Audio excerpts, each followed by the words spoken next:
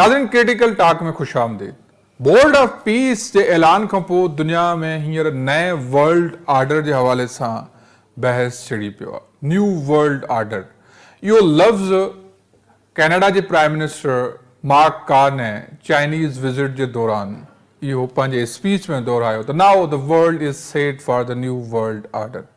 उन खां पोइ जेका हुन जी 56 मीटिंग डेवोस में जेका वर्ल्ड इकोनॉमिक फोरम के दौरान हुन जी स्पीच हुई, उनमें हुन तमाम जाम स्पीच कंदे जेको चेक रिपब्लिक जो जेको सहाफ़ी कम प्रेसिडेंट वैस्लेव हैवल जो हिकिड़ो मशहूर ऐसे आहे पावर ऑफ पावरलेस, उनमें हुन कम्युनिस्ट ब्लॉक के डिक्लाइन के हवाले से हिकिड़ो मिसाल ॾिनो त उन टाइम ते उते जेके वर्कर्स साइन बोर्ड्स दुकान जे अॻियां लॻा हूंदा हुआ, उन खां पोइ उन्हनि उहे हटाया जॾहिं तो चयो त पावर अंदरों कमज़ोर थी चुको हो। ऐं उन में हुन इहो ऐलान कयो त now it's time for the companies and the countries to down the sign boards.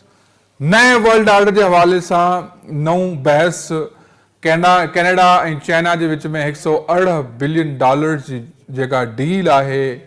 China हींअर 70,000 खां मथे जेको इलेक्ट्रिक व्हीकल्स जेको आहे कैनेडा एक्सपोर्ट कंदो सिर्फ़ु 6% जे टैरिफ ते। यूके जो प्राइम मिनिस्टर हींअर जेको आहे हिकु बिज़नेस डील के हवाले से चाइना में आहे। चाइना जो जेको ब्लॉक हींअर ठहे पियो उहा नाटो जा जेके मेंबर्स आहिनि यूके फ्रांस ऐं कैनेडा ऐं जेके US अलाइज़ आहिनि उन्हनि सां गॾु चाइना वेझो अचे पियो। इन सॼे वर्ल्ड आर्डर ते हींअर नवां बहस छिड़नि पिया। बोर्ड ऑफ पीस दुनिया खे केतिरो चेंज कंदो, नाटो ऐं UN जो फ्यूचर छा हूंदो, इन हवाले से असां इन प्रोग्राम में डिस्कस कंदासीं। असां इन प्रोग्राम में जॉइन किया है सीनियर सहाफ़ी इंतज़ाकार रज़ाक खत्री साहब। रज़ाक साहब महिरबानी, तव्हां प्रोग्राम में टाइम ॾिनो।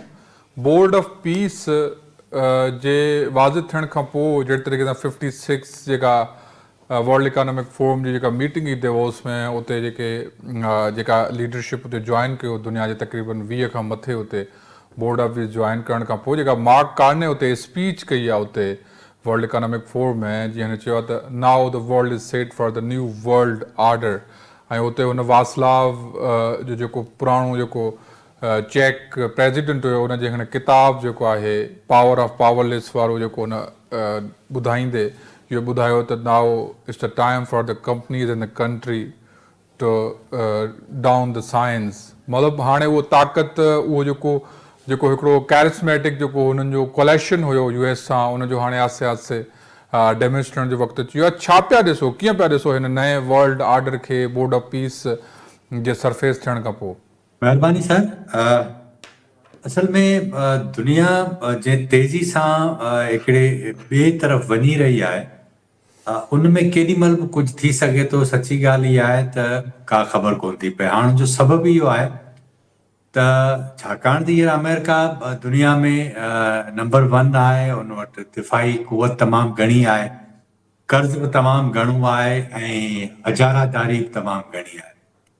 पर उनमें कुझु शयूं पॉज़िटिव इन सेंस में असांखे वठणु घुरिजनि त जेतोणीकि यूरोप जेको आहे सो सदाई उन पंहिंजे डिफेंस खे आउटसोर्स कयो ऐं अमेरिका जे हवाले सभु मामला कया ऐं बाक़ी जेको मामिलो हुयो उहो हुन पंहिंजी माण्हुनि ते ख़र्च कयो। हिकु त ॻाल्हि इहा ज़ाहिर आहे, उन नतीजे में हिकु वॾी तब्दीली आई। पर ॿी जेका सूरत हाल इहा हुई त कंहिंखे इहो अंदाज़ो हो त ट्रंप जहिड़ो हिकिड़ो माण्हू अनप्रिडिक्टेबल प्रेसिडेंट, जंहिंजे लाइ का बि ख़बर न आहे तो केॾी महिल छा थो करे ऐं इंतिहाई ताक़तवर। ज़ाहिर आहे त फ़ौज, अमेरिका जी फ़ौज सॼी उनजे कंट्रोल में, पर दुनिया जे ॿियनि वॾनि मुल्कनि जूं फ़ौजूं बि उनजे कंट्रोल में आहिनि। हिकु त ॻाल्हि इहा ज़हन में रखणु घुरिजे।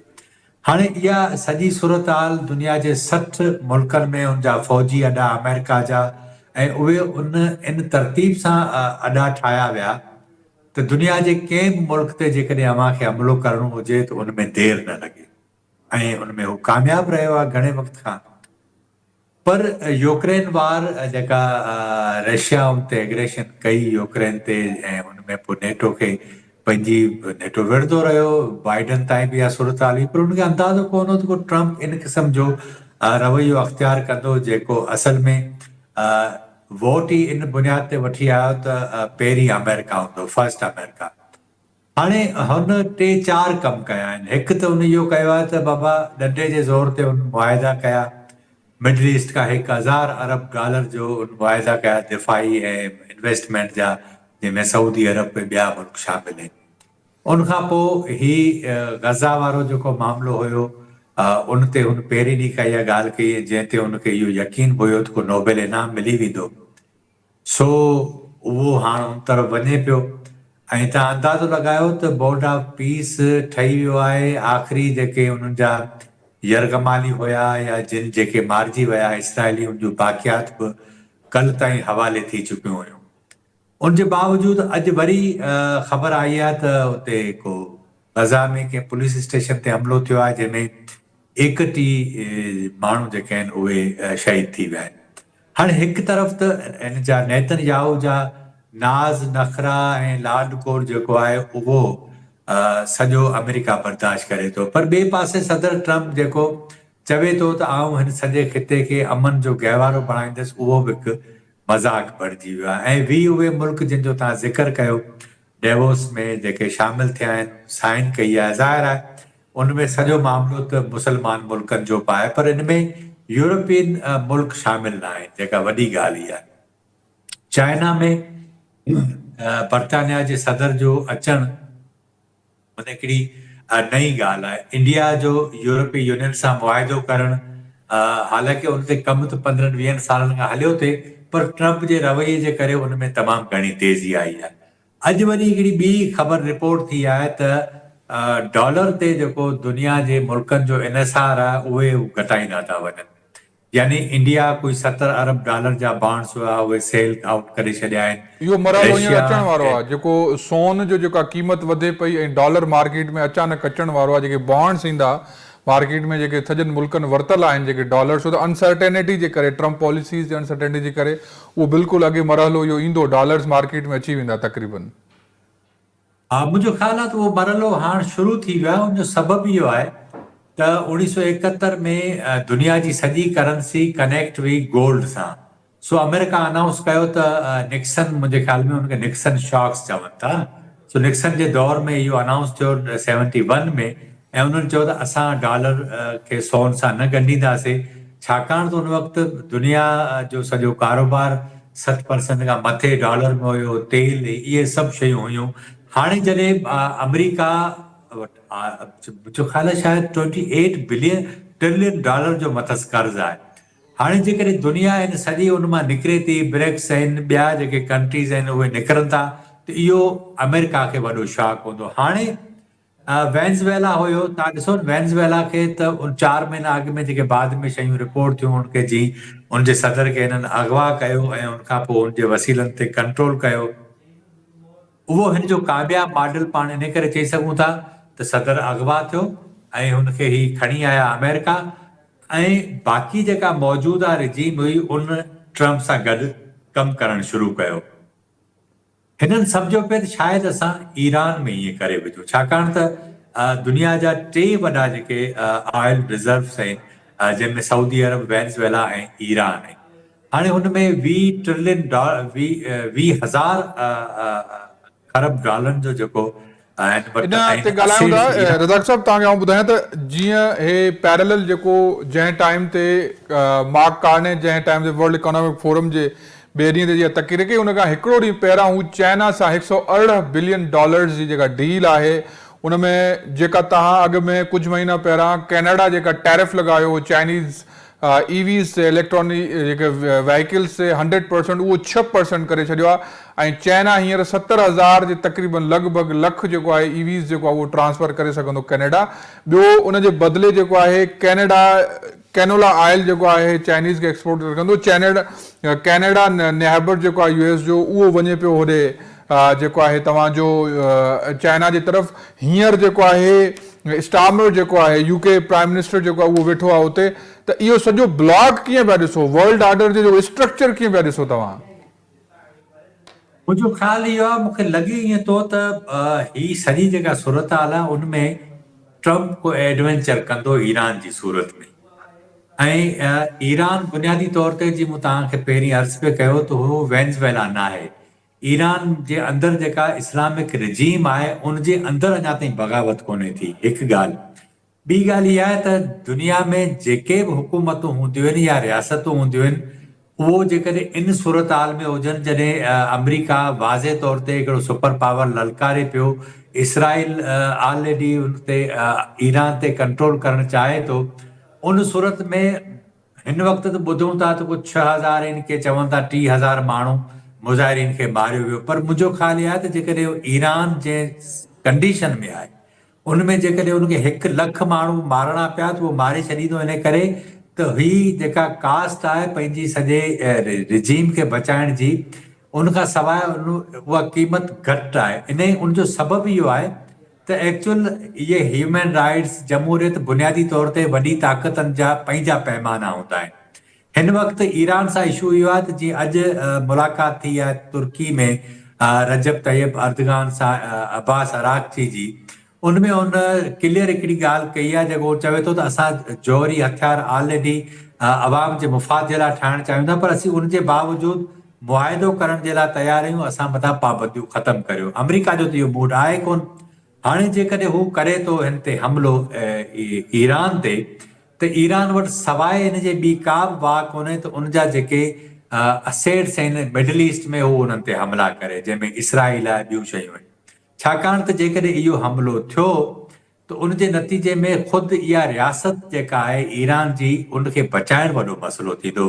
ऐं उन मां जेकॾहिं इन क़िस्म जूं शयूं निकिरंदियूं त पोइ मिडल ईस्ट जा जेके ॿिया मुल्क आहिनि उन्हनि जे लाइ परेशानी थींदी। इन जे करे तव्हां ॾिसो त हिन सॼी 47 सालनि जी तारीख़ में पहिरियों दफ़ो असां ॾिसूं था त सऊदी अरब जो जेको क्राउन प्रिंस आहे, उन ईरानी सदर सां ॻाल्हायो, उन क्लियर कयो त असां इन जंग में पंहिंजा एयर स्पेस ऐं पंहिंजी ज़मीन इस्तेमालु कोन कंदासीं, यानी ख़ातिरी कराई आहे।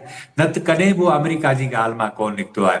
रशिया वञे पंहिंजो रशिया सॉरी सऊदी अरब मिडल ईस्ट वारा, इन्हनि जी कोशिशि आहे चाइना ॾे लाड़ो करणु, छाकाणि त ट्रंप जी जेका ब्लैकमेलिंग आहे इहा बुनियादी तौर ते कंहिं बि हिकिड़ी संजीदा रियासत जेको आहे उनजी उनखे इहा सूट ई नथी करे दुनिया जे कंहिं मुल्क खे। हिकिड़ो माण्हू आहे जेको जी मोह में अचे थो ईअं ॻाल्हाईंदो थो वते। हाणे ॻाल्हि इहा आहे त अमेरिका में जेके असांजा दोस्त वेठा आहिनि पाकिस्तानी अमेरिकन नेशनल आहिनि, उहो ठीकु आहे वकालत कनि, पर ज़ाहिर आहे त हर माण्हू जिते वेठो आहे उहो पंहिंजी हालतनि जे हिसाब सां ॻाल्हाईंदो। ही सॼी दुनिया हिकु पासे आहे, यानी यूरोपीय यूनियन जेकॾहिं चाइना लाइ लाड़ो रखे थो, मिडल ईस्ट वारा जेके मुल्क आहिनि उहे इन बारे में सोचीनि था, ऐं दुनिया जा ॿिया जेके मुल्क आहिनि उनमें जेकॾहिं इहा सूरत हाल थिए थी, ऐं ईंदड़ कुझु ॾींहंनि में जेकॾहिं इहो तेज़ी सां डॉलर वारो मामिलो अॻिते पोइते थिए थो त अमेरिका खे वॾो थ्रेट आहे। इन करे ट्रंप खे जेका तकड़ आहे, उहा तकड़ आई इन करे त कंहिं बि तरीक़े सां हू जेके रिज़र्व आहिनि उन ते कंट्रोल करे, रेयर अर्थ आहिनि उन ते कंट्रोल करे, त जीअं चाइना जी मोहताजी मां निकिरे। पर हाणे सवाल इहो आहे त जेकॾहिं चाइना ॾिसो न वेनेज़ुएला ते माण्हुनि असांजा जेके बि तबसरे निगार दोस्त हुया, तजियाकार हुया, उन्हनि इहो त चाइना जो शायदि वधीक रिएक्ट अचे वेनेज़ुएला ते, पर कोन आयो। इन करे त बुनियादी तौर ते चाइना जे फेज़ में वञे पियो, उनखे हिन वक़्तु कंहिं बि एडवेंचर जी उहो न ज़रूरत आहे, न ई उहो रिस्क खणी सघे थो। इन करे त जंहिं तरफ़ उहो वञे पियो, जेकॾहिं डॉलर निकिरी वञे अमेरिका जे हथ मां ऐं उन ते दुनिया जे कारोबार में जेका उनजी अजारादारी आहे उहा ख़तमु थी वञे, त अमेरिका जी उहा पोज़ीशन कोन रहंदी। सो असल में इंतिहाई क्रूशल टाइम आहे दुनिया जो, ऐं इहो ई सबबु आहे त मूंखे यादि पवे थो त हे तव्हां ॿ टे ॾींहं थिया आहिनि, चांदी जेका आहे जेका ऑलरेडी इलेक्ट्रिकल व्हीकल में जी बैटरीज़ में यूज़ थिए थी, चवनि था कोई हिकु बैटरी में 1 किलो इस्तेमालु थिए थी, कैनेडा ऑर्डर ॾिना आहिनि, इहे सभु शयूं चाइना उनजो वॾो ख़रीदार थी वियो आहे। 11,500 रुपया रेट आहे ईअं हिन वक़्तु पाकिस्तान में, पर 19,500 में कोन पई मिले, यानी चांदी ब्लैक थी वई आहे, ऐं इहा सॼी दुनिया में सूरत हाल आहे। सो डॉलर ते इनसार घटिजे पियो, सोन वारी सूरत हाल इहा ई आहे। त मूंखे ॿुधायो त हीअ जेका सूरत हाल आहे उनमें असल में इम्तिहान जेके पाण जहिड़ा कंट्रीज़ आहिनि जेके जिन अञा जेके गुज़िरियल साल मै वारी जंग जे उन हालत जशन में आहिनि, उन मां अञा निकिता कोन्हनि, उन्हनि जे लाइ जेकॾहिं ट्रंप को ईरान ते अटैक करे थो त पाण जे लाइ अञा वॾो इम्तिहान शुरू थी वेंदो, छाकाणि त उन जो प्रॉब्लम इहो आहे त पाण जंहिं पोज़ीशन में आहियूं उन में जंग कंहिं बि सूरत में अफोर्ड नथा करे सघूं। पाण पे ॻाल्हि कई ईरान जी उन सूरताल खे डिस्कस कयूं पिया रेस्पेक्ट विद पाकिस्तान, पर what if predict the future of NATO? NATO जा मेंबर्स आहिस्ते आहिस्ते चाइनीज़ ब्लॉक में अचनि पिया, यूके आहे, उन खां पोइ फ्रांस जो जेको आहे प्रेसिडेंट जो विज़िट जेको आहे एंटिसिपेटेड आहे, कैनेडा ऑलरेडी $118 बिलियन जी डील साइन करे चुको आहे। हाउ यू प्रेडिक्ट द फ्यूचर? छो त रशिया बि हींअर जेको आहे कंहिं न कंहिं तरीक़े सां हिकिड़ो स्नीकिंगली ॿिन्ही पासे खेॾे पियो, ऐं यूरोप जेको आहे US ऐं रशिया जे विच में सैंडविच थींदे नज़र पियो अचे। So what about the future of NATO U predict?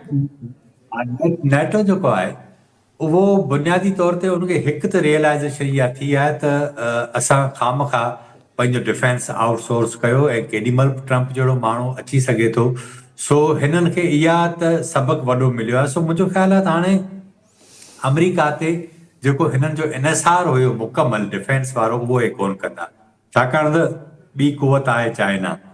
पर इन केस जेकॾहिं आई थिंक हिन साल ई को इलेक्शन आहिनि अमेरिका में, ऐं जेकॾहिं उनमें ट्रंप खे अक्सरियत नथी मिले त पोइ त उमेद आहे त नेटो जेको आहे उहो अमेरिका खां मुकमल तौर ते डिस्कनेक्ट कोन थींदो, पर चाइना सां गॾु उनखे इंगेज रखंदो त जी हालतूं बहितर थींदियूं। पर जेकॾहिं सूरताल अञा ॿी थी वञे थी, यानी हाणे जेके कांग्रेस जा इलेक्शन थींदा आहिनि साल, त उन खां पोइ दुनिया जो सॼो जेको मामिलो आहे मुस्तक़बिल वारो उन जो बि तयन थियणु बाक़ी हूंदो।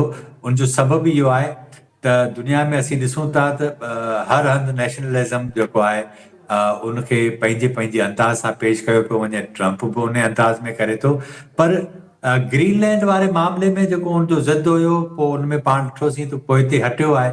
मुमकिन आहे ईरान वारे मामले ते बि पोइ ते हटे, ऐं शायदि इहो ई सबबु आहे त उनखे इहा ॻाल्हि बि रियलाइज़ कराई वई आहे त जेकॾहिं दुनिया में सभई उनजा दोस्त इन क़िस्म जे रवैये जे करे पोइ ते हटनि था, त इहो ॿियनि खे पैगाम आहे त ट्रंप केॾीमहिल कुझु बि करे सघे थो। ऐं उनजो सबबु इहो त ॿियो दुनिया में दुकान खुलियल आहे जेको वधीक बहितर बि आहे, ऐं उनजो एजेंडा बि कारोबार जो आहे, को उनजो तोसी पसंदी वारो बि एजेंडा कोन्हे। त हाणे हिन सॼी सूरताल जे अंदरि दुनिया वटि ॿ ऑप्शन थिया आहिनि, पर जीअं बकौल तव्हांजे त ऑप्शन छा आहे नेटो वटि, उनजो मुस्तक़बिल छा हूंदो? सो मुंहिंजो अंदाज़ो इहो आहे त को नेटो मुकमल तौर ते अमेरिका खां अलॻि कोन थींदो, पर उन ते इनसार घटाए छॾींदो, जेका डिपेंडेंसी आहे उहो घटाईंदो ऐं पंहिंजे लाइ ॿिया जेके आहिनि सो दरवाज़ा खोलींदो, जी दुनिया जे अंदरि हू वञे ऐं पंहिंजे मामलनि खे सिधो करे। या जीअं तव्हां ॻाल्हि कई त ॾिसो the strategic blocs are now replaced by the economic blocs. China जो जेको पुराणो जेको फार्मूला आहे इकोनॉमिक एक्सपेंशन, ट्रेड एक्सपेंशन, जेको उनजो हाणे तव्हां ॾिसो न NATO even is the one of the largest strategic blocks coalition of the world, लेकिन उहो तव्हां ॾिसो इकोनॉमिक ब्लॉक सां रिप्लेस थियो पियो। इहो हींअर दुनिया खे प्रैक्टिकली ॾिसण में अचे पियो। ॿियो जेको तव्हां ॾिसो पिया सूरताल, उहा हिन ख़िते में ख़ासि करके ॿ वॾा चैलेंजिस आहिनि। हिकिड़ो त छा ईरान जेको आहे US ईरान ते हमिलो कंदो, ऐं ॿियो इंटरनेशनल स्टेबलाइजेशन फोर्स वारो जेको प्रोग्राम आहे गज़ा में फौज मोकिलण जो, इहे ॿई ख़ासि करके पाकिस्तान लाइ हिन सूरतहाल में जेको आहे उन सॼी सूरतहाल खे बैलेंस करणु केतिरो चैलेंजिंग हूंदो, ऐं हिन सूरतहाल खे फ्यूचर में कीअं ॾिसो त अमेरिका ईरान ते हमिलो कंदो ऐं उन खां पोइ वरी जेको गज़ा प्लान आहे उहो केतिरो अमल में थींदे ॾिसो पिया तव्हां? अली मुंहिंजो ख़्यालु इहो आहे त बुनियादी तौर ते हिन शइ खे थोरो ॿिए एंगल सां ॾिसण जी ज़रूरत आहे त ट्रंप बुनियादी तौर ते अमेरिका जो एजेंडा पूरो कंदो हुजे, मुमकिन आहे, पर उनजे अंदरि उनखे पंहिंजो कारोबार बि वधाइणो आहे। असल में अमेरिका जा जेके सदर जा सदारती जेके अख़्तियार आहिनि, ही उनखे पंहिंजे कारोबार जे लाइ बि इस्तेमालु थो करे। तव्हां कुझु ॾींहं अॻु में रिपोर्ट पढ़ी हूंदी त हिननि खे कोई इन जे कारोबार खे $1 अरब जो फ़ाइदो थियो आहे। हाणे उनजी जेका क्रिप्टो करेंसी वारी कंपनी आहे, पाकिस्तान जो उनसां मुआइदो थियो आहे, ऐं जद्दा में मुख़्तलिफ़ टावर्स क़ाइमु करण जे हवाले सां सऊदी गवर्नमेंट सां हिन जी ज़ाती कंपनी जा मुआइदा थिया आहिनि। गज़ा में जेको हिननि खे गज़ा रिवेरिया ठाहिणो आहे, जिन जे लाइ उन जेको आहे सो हिते जेको नाठी हुयो ब्रीफिंग ॾिनी डेवोस में, उन में तव्हां ॾिठो त छा सूरत हाल हुई। हालांकि इहा सभु शयूं 8-9 महीना अॻु में रिपोर्ट थियूं, जंहिंमें एलन मस्क जेके AI सां ठाहियल वीडियो शेयर कयूं हुयूं जे एक्स ते, उनखां पोइ ट्रम्प उनखे रीपोस्ट कयो। हाणे इहे असल में बुनियादी आइडिया हुया, पर हाणे जो बेनिफिशरी बुनियादी तौर ते सदर ट्रम्प थिए पियो, जंहिंजे करे इहा ॻाल्हि आहिस्ता आहिस्ता अमेरिका जे अंदरि बि इहा ॻणती वधे पई त हू पंहिंजे ज़ाती मुफ़ादनि जे लाइ अमेरिका जो पावर इस्तेमालु करे थो। उन पावर इस्तेमालु करण जे नतीजे में जेके दोस्त मुल्क आहिनि उहे परे थियनि पिया। हाणे जेकॾहिं हू अमेरिका बक़ौल तव्हांजे सवाल जे, त जेकॾहिं ईरान ते अटैक करे थो छॾे ऐं ईरान उनजो जवाबु ॾिए थो, त उनजे नतीजे में इहो गज़ा पीस ऑफ बोर्ड आहे, उहो मुंहिंजो ख़्याल आहे त शदीद मुतासिर थींदो ऐं मूंखे नथो लॻे त को उहो पोइ अॻिते हली का शक्ल वठी सघे। सो हिन वाइदा वरिता आहिनि, पैसा उन ते तव्हां लॻायो गज़ा रिवेरिया ते। पर मुंहिंजो ख़्याल आहे त तव्हां हिकिड़ी ॻाल्हि नोट कई आहे त न्योम सिटी जेको सऊदी अरब ठाहियो पिए, उहो असल में 250 किलोमीटर जो एरिया हुयो, हाणे उहो 2.5 किलोमीटरनि ते अची पहुतो आहे उहो सॼो सिटी। ऐं हुनजी फंडिंग सॼी कढी, कुझु हिते ट्रम्प जे मुआदनि में लॻाई, कुझु हिननि खे चयो वियो त तव्हां उते लॻायो। हाणे उते 10 लख माण्हुनि खे हिननि खे रिप्लेस करिणो आहे, केॾां मोकिलींदा? ज़ाहिर आहे हिन वक़्तु जंगल जो कानून हले पियो दुनिया में, हू चवे थो त जेको आउं सोचियां थो उहो ई आउं कंदुसि, मूंखे उन ॻाल्हि तां आउं पाण ई हटाए सघां थो। सो हिन क़िस्म जी जेका सूरत हाल आहे, ज़ाहिर आहे इहो ताक़त केतिरी बि हुजे, पर इंसान हज़ारे सालनि जी तारीख़ में जेके उसूल तय कया आहिनि, उहो किथे न किथे उन जे अंदरि रुकावट पैदा थींदी। हाणे जेकॾहिं हिन खां इहा ग़लती थिए थी, त ज़ाहिर आहे पाकिस्तान जो, दुनिया जे ॿियनि मुल्कनि जो, मिडल ईस्ट जो वॾो इम्तिहान शुरू थींदो। ऐं ईरान इहा ॻाल्हि हाणे उनखे अंदाज़ो आहे त जेकॾहिं हिकु दफ़ो इहो हमिलो थियो ऐं उनजो जवाबु न ॾिनो त असांखे अमेरिका खाई वेंदो। ऐं रुगो खाईंदो कोन, पोइ सॼो मुल्क मुमकिन आहे रियासत जो नक्शो चेंज थी वञे। सो इहा इजाज़त ही कंहिं बि सूरत में कोन ॾींदा। ट्रम्प जे सॼे इन ते डिपेंड, सॼी ॻाल्हि हुनजो इनसार ट्रम्प जे फ़ैसिले ते आहे। जेकॾहिं हू नथो अटैक करे ऐं ईरान सां को ॻाल्हि ॿोल थिए थी ऐं बाइज़त वापसी जो रस्तो ॿिन्हिनि खे मिली थो वञे, पोइ सूरत हाल बहितर थी वेंदी। ऐं जेकॾहिं हमिलो थिए थो त पोइ शायदि सूरत हाल मुमकिन आहे घणी तब्दील थी वञे। अच्छा, वैसे जीअं तव्हां ॻाल्हि ॿुधाई, जैरेड किश्नर हुजे या स्टेफ विटकॉफ हुजे या जेको हिननि जो अजय बंगा या जेको आहे हिननि जो जेको ॿियो आहे मार्क रॉबिन, इहे सभु हिकिड़ा हिन जा पर्सनल जेके आहिनि बिज़नेस अलाइज़ आहिनि हिन जा ट्रम्प जा। ऐं इहो बिज़नेस हिकिड़ो इनखे बिलियनर्स क्लब चओ या पे टू प्ले क्लब वारो जेको हींअर एंटाइटलमेंट हले थी, इवन गार्डियन इनखे इहो रिपोर्ट कयो आहे। ऐं उन में जेको इज़राइल जो रोल छा आहे, स्नीकी आहे, हाइज़ेक उन ॾींहुं हिते 56 मीटिंग में उते हुजण जे बावजूदि जेको प्रेसिडेंट आहे इज़राइल जो, उन हिन सिग्नेटरी न थियो, इज़राइल उन में शामिलु नथो थिए। त practically it seems like a business club, billionaires club. त उनखे उन स्ट्रेटेजिक जीअं तव्हां ॻाल्हि कई त उनखे इस्तेमालु त कजे पियो, पर ख़ासि करे पाकिस्तान लाइ सूरत हाल जुड़ंदी, उहा उते फोर्स मोकिले करे। ऐं ॿियो इहो इन ॻाल्हि में केतिरी तव्हांखे सदाकत नज़र पई अचे त सोमाली लैंड वारो जेको मामिलो आहे, उते इहे 10 मिलियन जेके आहिनि उहा रिप्लेसमेंट थींदी, उन्हनि जी माण्हुनि जी उते 10 लख माण्हू जेके आहिनि उहे, या 20 लख माण्हू जेके 2 मिलियन आहिनि उनखे रिप्लेसमेंट। त पाकिस्तान जी उन सॼी उन लाइ जेको चैलेंज आहे उनखे कीअं पिया ॾिसो तव्हां? मुंहिंजो ख़्याल इहो आहे त सोमाली लैंड में सभई माण्हू वेंदा कोन। हिकु त ॻाल्हि इहा आहे। ॿी ॻाल्हि इहा आहे त जेकॾहिं पाकिस्तानी फ़ौज वञे थी ऐं जी पाकिस्तान जी हुकूमत चयो आहे त असां गज़ा हमास खे डी वेपनाइज़ न कंदासीं, सो ज़ाहिर आहे फोर्स त वेंदी डी वेपनाइज़ करण जे लाइ। पाकिस्तान जो इहो दावा जो सम्झ में नथो अचे त पाकिस्तान जे अंदरां रिएक्शन तमामु घणो ईंदो। उनजो सबबु इहो आहे त इहो सॼो नैरेटिव गुज़िरियल 70-75 सालनि खां असां पाण उनखे बिल्ड कयो आहे ऐं उनजे नतीजे में असां इहो चयो आहे त बाबा जेका टू स्टेट जेको हुनजो हल आहे उन सॼे सूरत हाल में, हालांकि अॻु में त असां हिन इसराइल जे मौजूदगी खे चवंदा हुआसीं त इहा क़ाबिज़ रियासत आहे, पर हाणे असां इन ॻाल्हि ते मञूं था। पर 20 लख माण्हू सोमाली लैंड कोन वेंदा, छाकाणि त उहे जेकॾहिं उते गॾिजी था वञनि उन हुकूमत जे लाइ मसइलो कंदा। हे मुंहिंजो ख़्यालु इहो आहे त दुनिया जे जेके 52-54 मुल्क आहिनि उनमें हे विराईंदा कुझु माण्हू, कुझु ॿिया जेके मुल्क आहिनि उन्हनि वटि रखंदा जी इन्हनि जी इहा का सियासी कुवत न थी सघे। पर इहो त थियो प्लान। सवाल इहो आहे त छा इहे माण्हू वेंदा बि सही या कोन वेंदा, उन्हनि जी ज़ाहिर आहे सॼो हिन वक़्तु सवाल इन ई ज़मीन ॻाल्हि जो आहे। आहे। रज़ाक साहब वॾी महिरबानी, तव्हां प्रोग्राम में ज्वाइन कयो। हिन सां गॾु हिन प्रोग्राम जो वक़्तु थियो पूरो। नए हफ़्ते कंहिं नए टॉपिक सां मिलिबो, तेसीं ताईं इजाज़त। अल्लाह भाई।